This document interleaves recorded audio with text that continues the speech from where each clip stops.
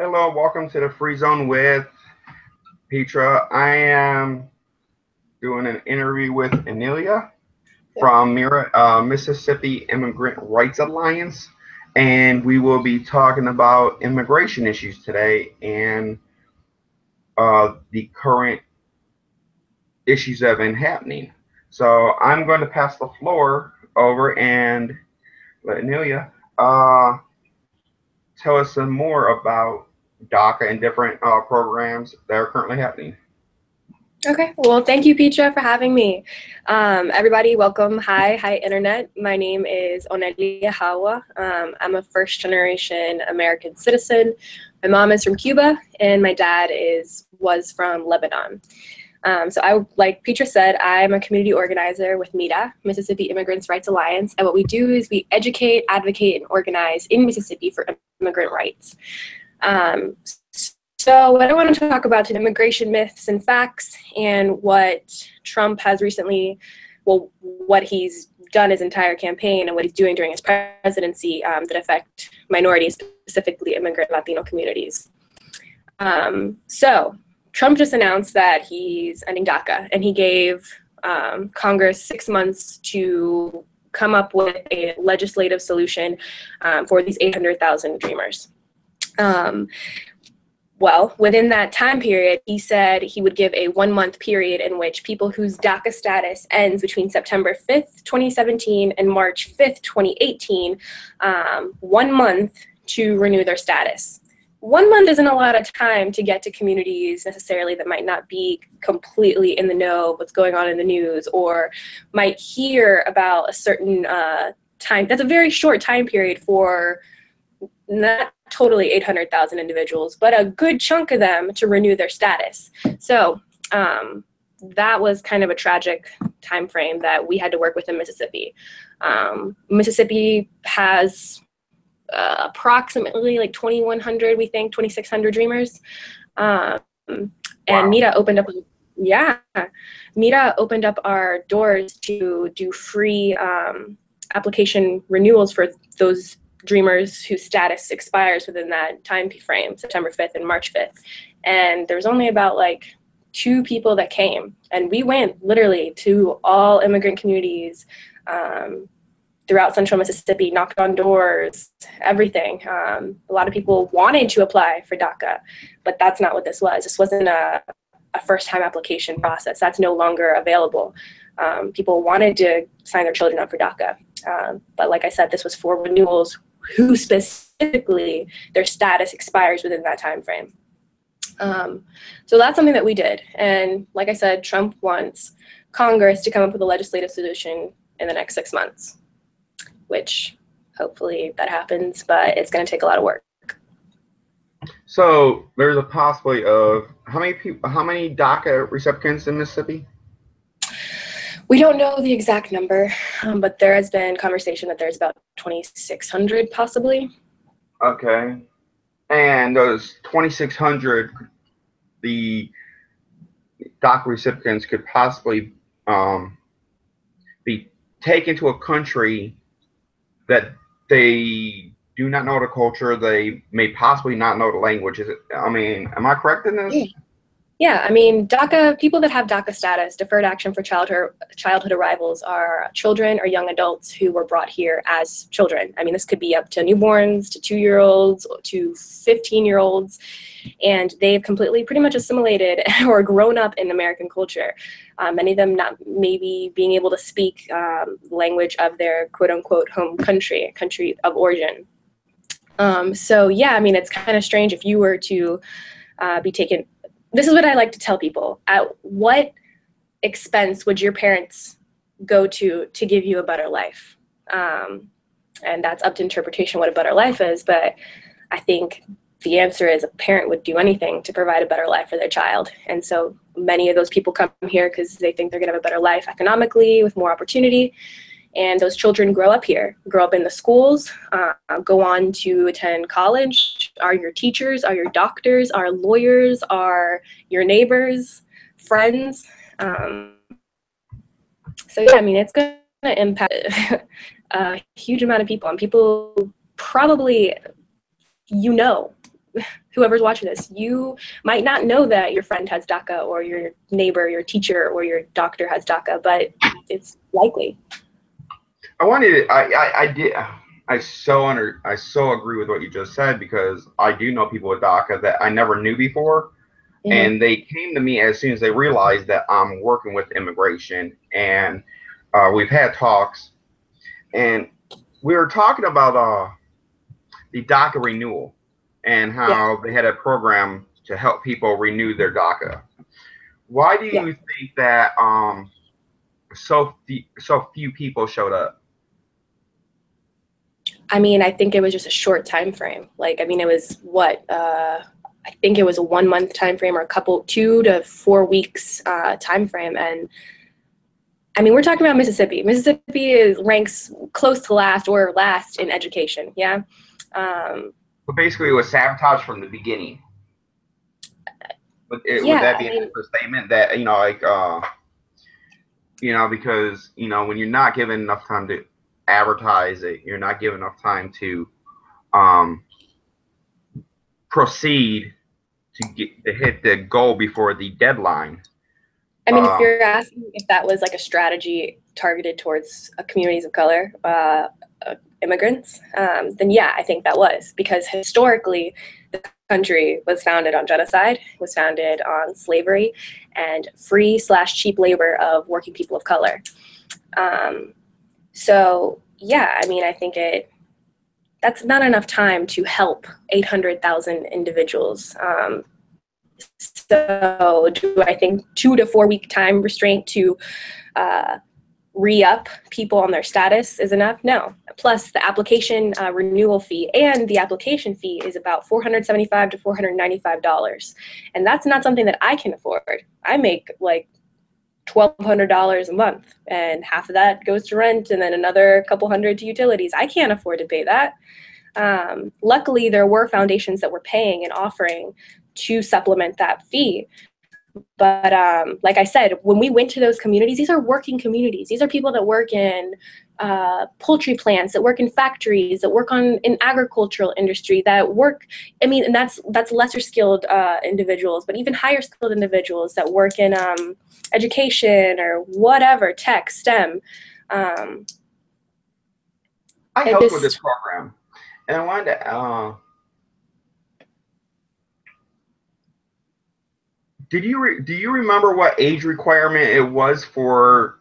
Because I remember there was an age requirement to renew for DACA. At least for one of the grants that I worked with for the program, when I helped the person register for it, I believe it said that, I can't remember the exact age. Do you remember that? I'm not a lawyer, and I'm a community organizer and a pre-med student. So I don't remember all the details as far as requirements for applying, but I remember something of the sort that if you were at the age of 34 or something and you were born before some date when you came over, then you're applicable, like you're eligible for DACA. But now, I guess we can talk about what legislative options are being constructed and discussed right now in Congress. There is the DREAM Act of 2017, which I believe is being called the Clean DREAM Act because it provides a pathway to citizenship for Dreamers. And I'll just read you real quick. It's a bipartisan bill. It's Senate Bill 1615 and House Bill 3440. Like I said, it's bipartisan. Both parties have co-authored it. So these two identical bills are bipartisan and would allow U.S.-raised immigrant youth to earn lawful permanent residence and provide a road to U.S. citizenship. This may assist people who are either undocumented, have DACA or temporary protected status, and who graduate from U.S. high schools and attend college, enter the workforce, or enlist in the military program. About 3.3 million people could eventually be eligible for citizenship under this DREAM Act. This bill has the best chance for passage. So that's something that we're trying to garner support for and mobilize support for. That sounds like a great teamwork effort. And you said that was supported by the Republicans and Democrats, like bipartisan? Yes.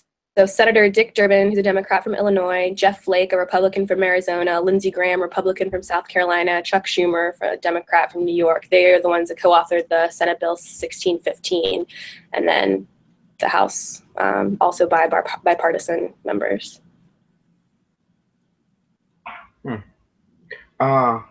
If this doesn't happen, and the reason I want to talk about that is because we've been dealing with, how long has the Dream Act been sitting in Congress? Oh man, was it 2011 when it came out? 2011, 2012? I don't remember the exact date, but it's been in there for years and it has not passed at all. So if we're supporting these dreamers and people, we really need to call our Congress members. How do you recommend that?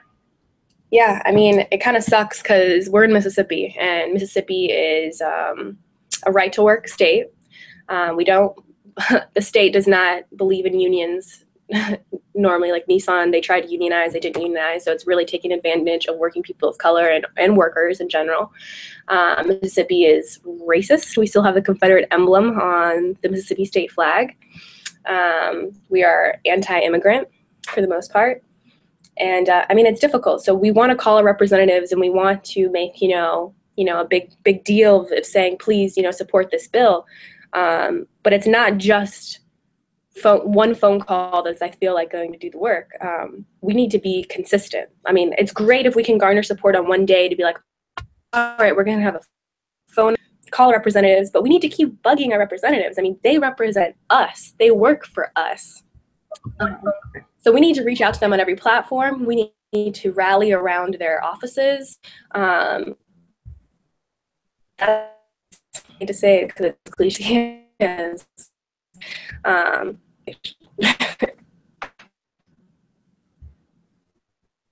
But yeah, what Trump is doing by ending DACA and having given 1 month time frame puts a lot of people in jeopardy. If, for example, people's status, someone just messaged me on a social media platform and they said, my status May 5th of next year, like, can I, what's happening? Am I still eligible? I'm kind of scared. Well, it was really for people whose DACA status expired between September 5th and March 5th. Yeah. So people who missed that deadline, I mean, imagine you were raised here, you spent the majority of your life here, you contribute to society, you pay property, state tax, and if you work at a place that obviously takes taxes out, like you get your Social Security benefits, well, you get Social Security taken out, you get, here I actually wrote it all down, more than half of undocumented immigrants have federal and state income, Social Security, and Medicare taxes automatically deducted from their paychecks. However, undocumented immigrants working on the books are not eligible for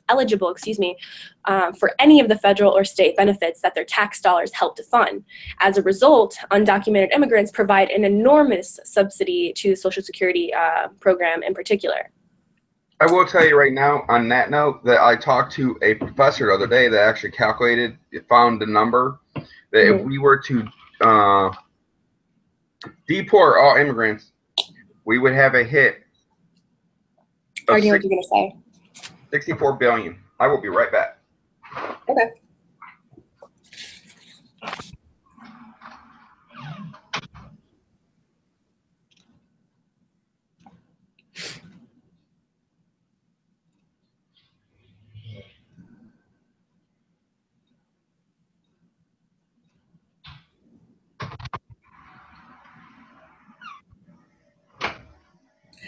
I actually think, Petra, that number. What? I apologize. No, yeah, because the professor says $64 billion. He's going to be at my rally, so.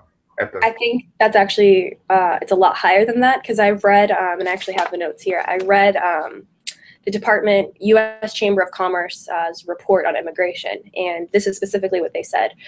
Deporting nearly 11 billion undocumented immigrants would create a $419 billion deficient that includes the cost of apprehension, which is $43.5 billion, detention, $34.7 billion, legal processing, 13.4 billion, and we already have, we don't have enough, man, I wrote it on here too from the notes.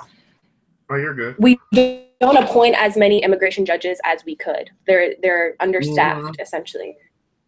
So I said legal processing would be 13.4 billion, transportation, whether that's by plane, whatever, 11.3 billion, and the 20 years of enforcement required of federal immigration officials is 315.7 billion. And this was reported by the American Action Forum.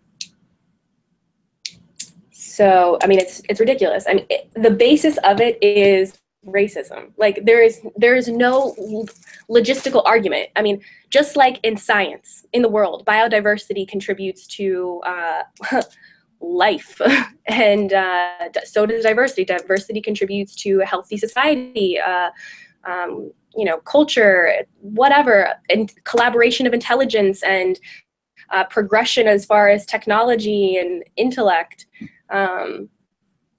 This country, like I said, was founded on the genocide of Native Americans who, compared to their European counterparts, were brown. They're people of color. And then again, slavery. And then after Jim Crow, like this concept of illegal immigration, that people can be illegal. I mean, there are many things people do on a daily basis that can be considered illegal. So why, because someone jumped a line or was born X amount of miles away from the US border, constitutes that someone is illegal? That's just, it is a sociological term meant to otherize someone. Immigrants that come here provide, not only contribute to the GDP, are part of our society and contribute to purchasing and supporting local businesses or whatever. A lot of them are entrepreneurs and create jobs, whether it be HR jobs if they're higher skilled and they create a company or establish a company. They create HR jobs or whatever kind of jobs. I mean, it's just ludicrous. Shout out to Luda. Like, it's just ludicrous and racist to want to deport, especially dreamers, but not just dreamers, deport anyone, when this country was founded on coming over here to the US uninvited and causing genocide and colonization, etc. I mean, the only reason we're the most powerful country in the world, I believe, really is because we've committed genocide and we are rich due to the fact that we abuse working people of color, whether it had been through slavery or non-unionizing or the concept of illegal immigration. It's because we're rich that way. That's how we've made money. So what do you say to people that, when I'm told that, well, they cross the desert and when they come across the border, they break into houses, rape and murder people, and people have this ideology of what a undocumented immigrant is. What's your reaction to that? On a personal level, I mean, I'm offended because I'm a product of immigrants. I'm the fairest in my family. My family is mostly brown. Educated by our education system in the US, not teaching honest history, not making reparations for the crimes that this genocide and colonization of the society has caused. It's just lack of information. I mean, what is racism? Like, it's just people wanting to live in their bubble, and it's all about power, control, and I believe that a lot of those individuals in this country base success on the failures of other, and not, I don't mean that, I mean that literally, but also by oppressing others. You determine your success by otherizing and oppressing others. And that's why I feel a lot of individuals are racist, and this country has a very individualistic mindset, which in and of itself is not bad, but it hasn't bred the democracy or society, I feel like. I'm going to head back to DACA, because I don't want to get too far off track on that. I want to keep it on the what we really need to focus. Yeah. I don't even know how to do respond with that because I don't because the truth is, I mean, it is racism, but you know we're trying. I mean, I'm gonna give you the floor. I don't even know how to proceed with this and how to be honest, because ultimately it does come down to racism because it comes down to the color of their skin and people's perceived notions of immigrants. I mean, it comes down to this country being ethnocentric and believing that just because someone speaks a different language that they are below you, are not as smart as you, or X, Y, and Z fill in the blank. And that, again, has to go towards ethnocentrism and racism. Yeah, I mean, I think the only way that we can move forward is, man, legislatively, if that's a word, is by making our accessibility to visas much more simple yet secure. For example, let me break it down real quick. So there's 3 types of visas that I'll talk about and that I believe should be, where'd my paper go? That I believe should be reformed. So there's H-1A. H-1A, I'm sorry, things together. I'm sorry. No, H-2A, H-2B, and H-1B. So H-1B is educated and skilled professionals. So these are like people within STEM, right? In the STEM fields, science, technology, engineering, and mathematics. This is capped. H-1B visas are capped by Congress at 65,000 visas per year. And that's quickly filled within the first month or days, I believe was what I was reading of accessibility. And this with 20,000 visas available for immigrants who graduate, who have graduate degrees from U.S. universities. Okay, because what we want to do is if we bring immigrants over here to educate and provide higher education, we want to keep people here so that they can be innovative and create more jobs and develop our international competitiveness. Yeah. Okay, so there's H-2B visas, which are non-agricultural, seasonal, peak load, or intermittent workers. This includes people in landscaping, forestry, amusement parks, and they are capped at 66,000 visas a year. Both of these, H-1B, which again is STEM, and then H-2B, which is the non-ag, like amusement park, seasonal work, have been proven that their caps are grossly inadequate when economic conditions are favorable. So we are completely undermining the amount of visas that we could be distributing yearly, and it doesn't reflect our fluctuating economy. The third visa is the H-2A, seasonal farm workers, which I believe is the most attacked visa. H-2A visa, this visa permits employers to bring in foreign-born workers for seasonal jobs in agriculture. There's no yearly maximum cap on this program, yet it remains severely underutilized. And again, this is all from that PDF of U.S. Department of Chamber's stance on immigration. They say that nearly 3/4 of growers that use this program report that sponsored workers cannot be brought in by the date they are needed. They're usually brought in approximately 22 days late, which is a critical delay for a time-sensitive industry, like food, crops, meat. This delay and underutilization of this program puts national food security at risk, which makes us rely more heavily on imported foods, and which runs the risk of introducing foreign agricultural pests and foodborne illnesses. So we need agricultural workers to come here, but just like this U.S. Department of Chamber, U.S. Chamber of Commerce reports, it's highly underutilized, and growers are reporting that they cannot get their workers here on time for this very country.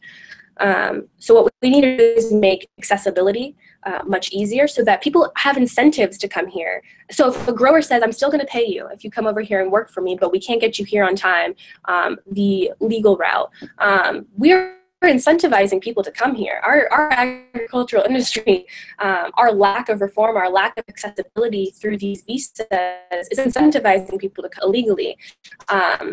So they come here, work, produce for us at a lower wage than what native-born individuals work for, quite possibly even in the same industry, and we don't provide a pathway to citizenship for them. So again, that goes back to just abusing working people of color for cheap or free labor. So I think that's one thing that we do, is we could create more, we could increase our yearly cap on visas, and make especially H-2A visas, which are the visa that permits employers to bring in foreign-born workers for seasonal jobs in agriculture, more accessible.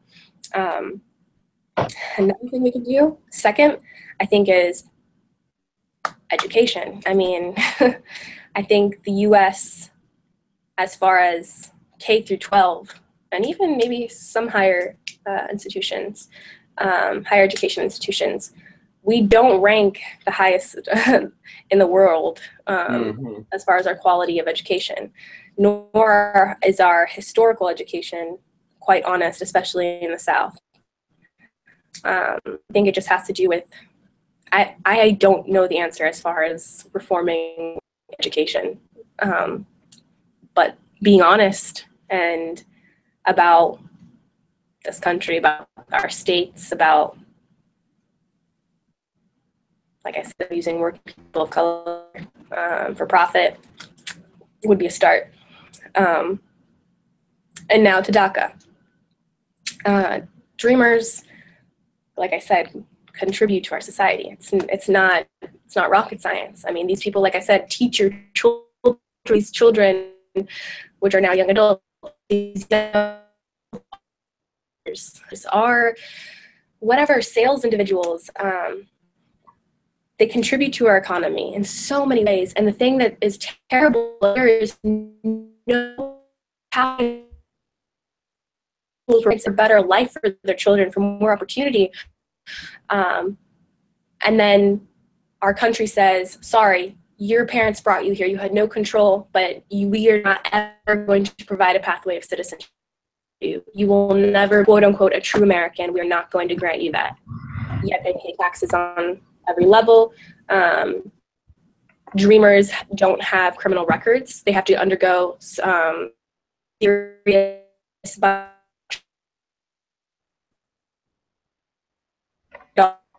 back to not giving foreign-born individual privileges as native-born individuals, even though they have no criminal history.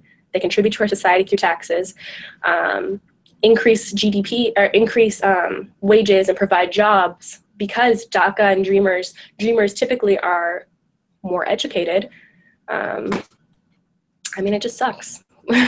It's just not, it's not human. It's not a Republican or Democrat issue. Immigration should not be a Republican or Democrat issue. It's about being on the side of humanity and understanding that immigrants, we are a nation of immigrants. Like I said, we came over here. Everyone came over here unless you're Native American.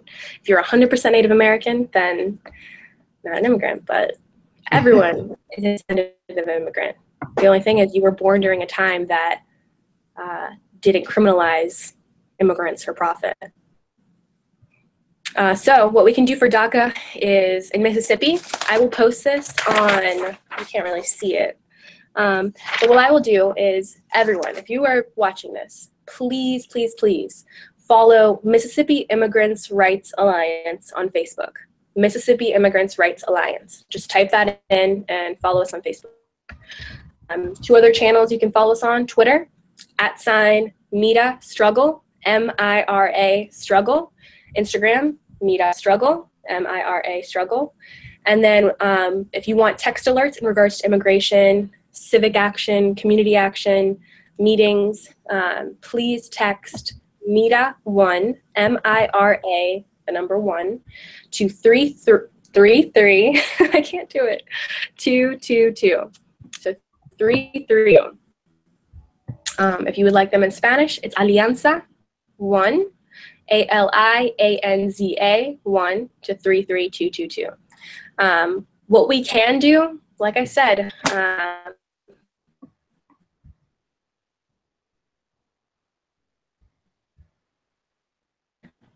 our representatives and senators. Huh? Will you repeat what you just said at the last part after the Mississippi Immigrant Rights Alliance? The video cut out. Oh, okay. So after the Facebook Mississippi Immigrants Rights Alliance? Start with the Spanish part of when you started with the Spanish part. Okay, so what you can also do if you would like to receive text alerts from MIRA in Spanish, and these text alerts are for civic action, community action, if there's protests or rallies or phone-a-thons to our Congress people, we send out those text alerts, and that is just something that comes straight to your phone and be like, okay, today I have 30 minutes on my lunch break. I'm going to call my congressman or congresswoman, but in Mississippi, they're all congressmen for the most part. So that's what you can do. And it's just simply through receiving it, or you can join us at a rally outside someone's office. We need to place pressure on our representatives. And so you can text Alianza 1, ALIAN number 1 to 33222. Alianza 1 to 33222. And yeah, so just please keep in mind, I'm going to post this on our Facebook, probably our Twitter and Instagram as well, but we need to rally support for the DREAM Act of 2017. It's the bipartisan bills, they're identical bills, 1715 and House Bill 3440. It's got the most chance of passing. It helps provide a pathway to citizens for dreamer. It's really just sending individuals who contributed to our economy and our country in every which way back to a place to which they have no ties to and may not even speak the language of. I mean, people love to claim that they are Scottish or something. How about we send people to Scotland and they don't know how to speak Scottish? I mean, it's ridiculous. So please follow us on those channels. I think you're muted. I was saying it's kind of like sending me from Chicago to Mississippi, completely different environment. Yeah, I mean, it's ridiculous. It's sad. It's very sad, but we can do something. It really is sad, and I think a lot of people have misconceived notions or preconceived notions of what something is when it possibly is not. Implicit bias towards. They might not even realize they have this bias towards a particular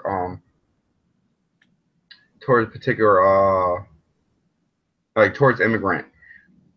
So I just think a lot of people, if they would stop and actually listen and hear what somebody's saying, they might realize that their view of immigrants, however you want to say it, is not accurate. As I was saying about the, crossing the desert and breaking into houses or whatever, we know that's not true. Well, let me just say something to that. This is prepared by the National Immigration Forum. An immigration myth is most immigrants cross the border illegally, this arbitrary line that actually was, I'm not going to go into that. Around 75% have legal permanent immigrant visas. Of the 25% that are undocumented, 40 are overstayed temporary visas. So people that are considered quote unquote illegal, I hate that word because people on a daily basis perform and do things that are legal. The majority of people, this border wall is the dumbest idea because not only will it cost the U.S., because Mexico's not going to pay for it and they shouldn't pay for it, not only is it going to cost the U.S. trillions of dollars, most people that come to the United States do not cross the border. They come here legally, or whatever, however you'd like to say it, documented with their visas and overstay their visas. Did we miss anything? Let me see.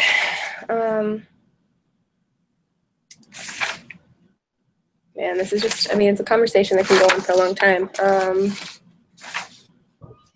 I have a long time.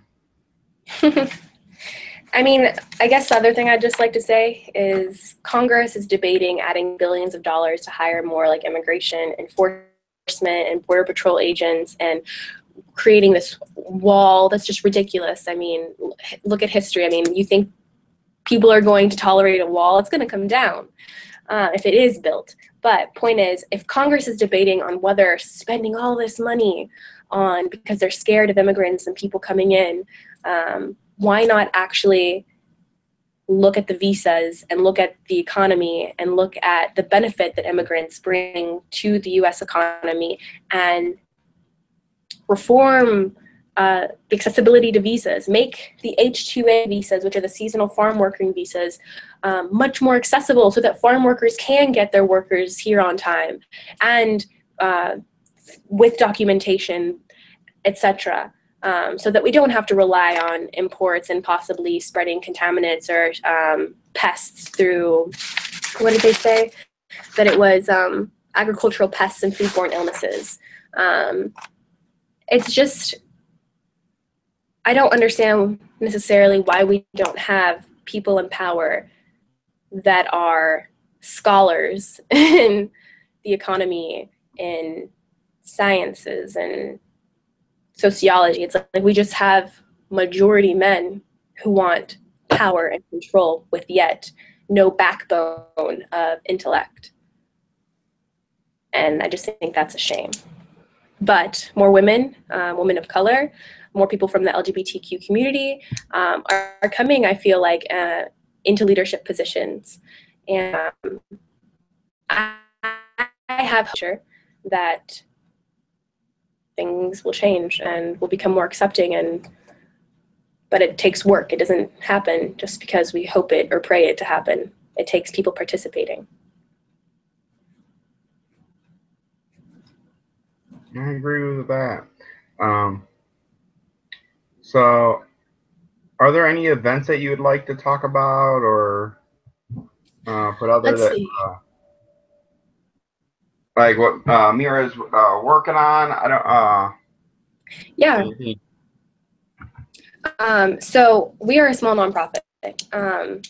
If you want to become a member of MIRA, we ask for small donation. It could literally be $1, but you becoming a member of MIRA and following us on social media channels is a way for us to keep doing the work we do in Mississippi. We're the only organization that solely focuses on immigrants. And we have a long track record of over 15 years of doing work here in Mississippi. We have something called Civic Engagement Day coming up January 24th. It's right after the 2018 legislative session starts, after people come up with like discriminatory bills of anti-immigrant bills, profiling and whatnot. And what we do is we take buses of immigrants and allied communities to the Mississippi State Capitol. And we wait for legislators as they come out of deliberating or talking about their laws and committees.